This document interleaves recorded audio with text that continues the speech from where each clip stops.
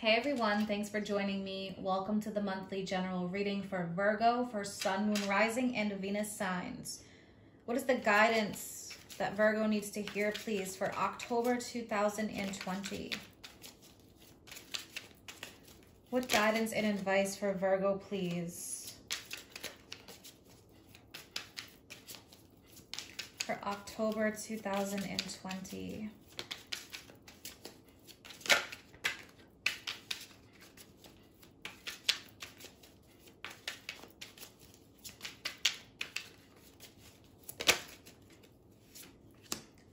Okay, we have the Three of Wands. What else for Virgo?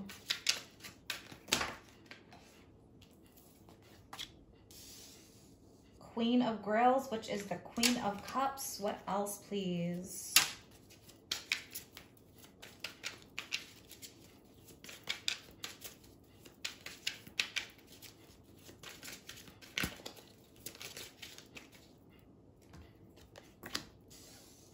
Judgment.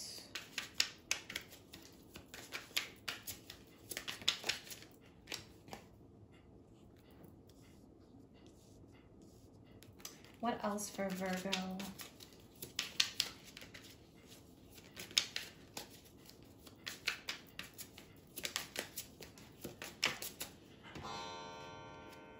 Okay, we have the Nine of Wands. What else?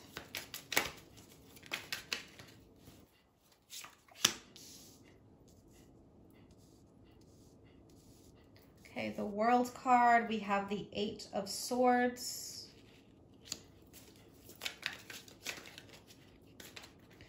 Okay, we have the Nine of Cups and one more. Okay, we have the Fool. All right, and what is the most important message? And then I'll be pulling another for extra guidance from the Archangel Power Tarot. What is the most important message here for you, Virgo? Okay, we have the Two of Skulls, which is the Two of Pentacles. All right, so bring in balance or the need to put certain priorities straight. All right, what is the most important message here?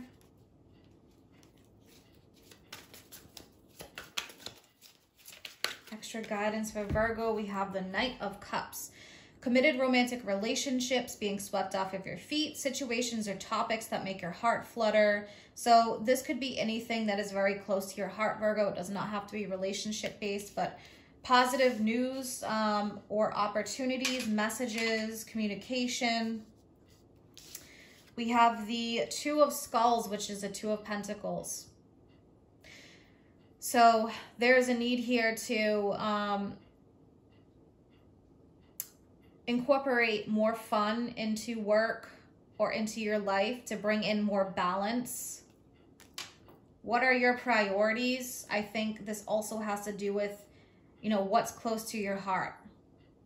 So let's take a look. We have the Three of Wands, we have the Queen of Cups, we have Judgment, and then we have the Nine of Wands. Three of Wands represents something here that is materializing, something that is dissolving, but there's change that is happening with the three. This is just on the horizon, something here, there's a force at work. And with this Nine of Wands, I feel like this is the last challenge or difficulty you have to deal with before proceeding forward, cutting yourself free, especially with this Eight of Knives, which is the Eight of Swords. Queen of Cups, this can be something that is heart-related, very emotional, very close to your heart, especially because we have the Knight of Cups and the Queen of Cups. This could represent a person. It's Cancer, Scorpio, Pisces energy. But there could be an emotional or heart-based decision here that is happening with the Judgment card as well. And Judgment represents Pluto. Pluto is the ruler of Scorpio. With Judgment, something here is coming to light. There's a major life choice or decision. There could be a major realization that happens with Judgment. It's about rising up from difficulties. So if you have gone through a challenge or are going through one right now, just know that things are going to get better. You're going to rise up from this. This is going to make you stronger. getting on the other side of things, I think here, dealing with this challenge you have in front of you with the Nine of Wands. Nine of Wands is someone who feels like, wow, I've really been through it. This is difficult, but there's progression here. This is saying keep going. With Judgment, I think that part of this could be because you're having some major epiphany or spiritual enlightenment or understanding. And this is going to help you set certain priorities, things that are close to your heart. Put those things of importance first. We do have the World card, and the World represents something that has reached its culmination. Something where this is the amount of growth that's happening and this is it. It's time to move forward. So I do think that with Judgment and with the World card, those are the two of the last major arcanas. Judgment and the World comes right after Judgment. So the World represents Saturn. In the normal decks is usually a big wreath, like in the Rider-Waite Tarot, representing Saturn's rings. And Saturn is a sense of restriction. But what this is saying is that it's time to free yourself, especially next to the Eight of Swords. Something here, there's no more growth. There's no more that you can invest into something. You've done what you could, or you're graduating from something, so to speak. So now it's time for a new journey. The Fool is the beginning. It comes after the World card. It's the restart over. So this could be things that are close to your heart.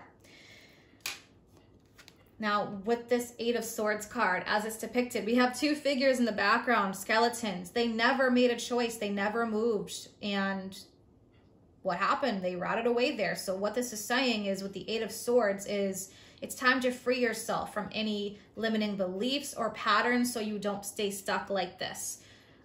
With the Eight of Swords, it's a feeling of fear or anxiety, letting that control you, letting that bound you to something in life. But there's a sense of dissatisfaction here. So with the Eight of Swords, this is about freeing yourself. I do think that's happening. There's an opportunity somehow to free yourself. And this is going to be about following your heart with the Nine of Grails, which is the Nine of Cups.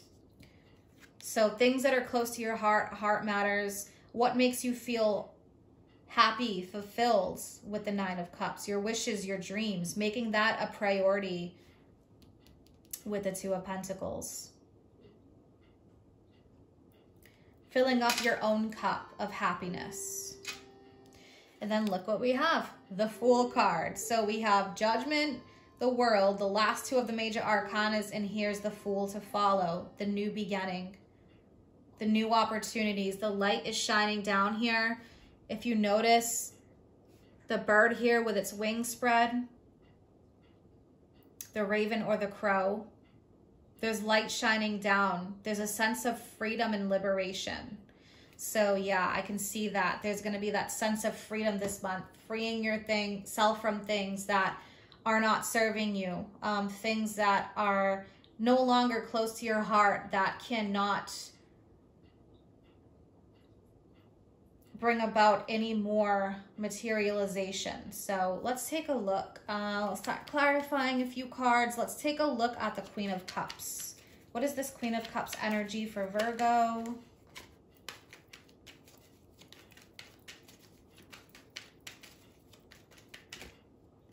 Queen of Cups for Virgo, please.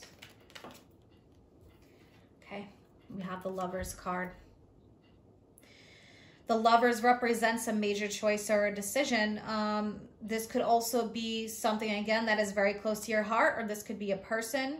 There's a uniting of energies here. Divine Masculine, Divine Feminine coming together. The Lovers represents the choice that is made that is in alignment with your heart center. So if there are choices, it is just saying choose from your heart.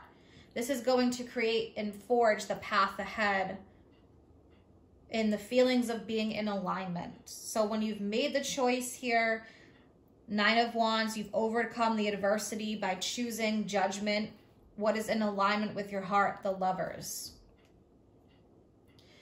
All right, let's take a look at this Eight of Swords. What is this Eight of Swords energy with Virgo, please?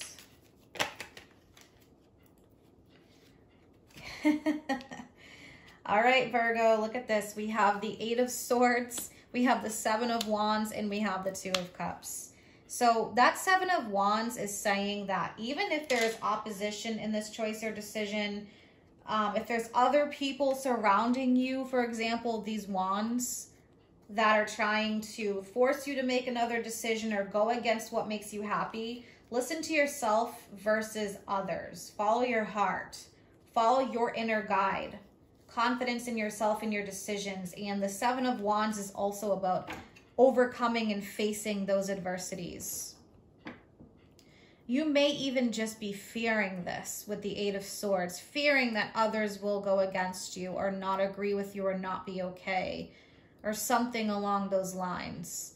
But with the Eight of Swords, this can be unnecessary fear. So again, cutting yourself free. Two of Cups, heart matters. Whether this is a connection or, again, something that is very close to your heart, the message there is follow your heart. All right, let's pull some oracle guidance for you, Virgo. We'll take a look at the Moonology deck and a few others. What does Virgo need to hear, please, for October 2020? All right, look at this. Very important. We have show the world the real you, full moon in Aquarius. So yeah, being open and honest about your feelings, yourself, what you truly want, what's a priority, not being afraid to show your true self. And then look at this, full moon in Cancer, a personal issue reaches a resolution. So this could be family matters or, again, anything that's close to your heart with that Cancer energy. So this is coming to a resolution this month, Virgo, or soon to follow. Everything's timing is different for everybody. All right, let's take a look at the Halloween deck. What does Virgo need to hear, please, for October 2020?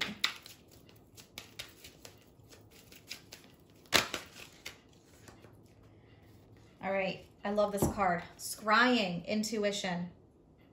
Intuition is water energy, Queen of Cups. Again, that's saying follow your heart, follow your intuition. We'll take a look more at that. I'm just going to pull one more from the Romance Angels. What else does Virgo need to hear, please?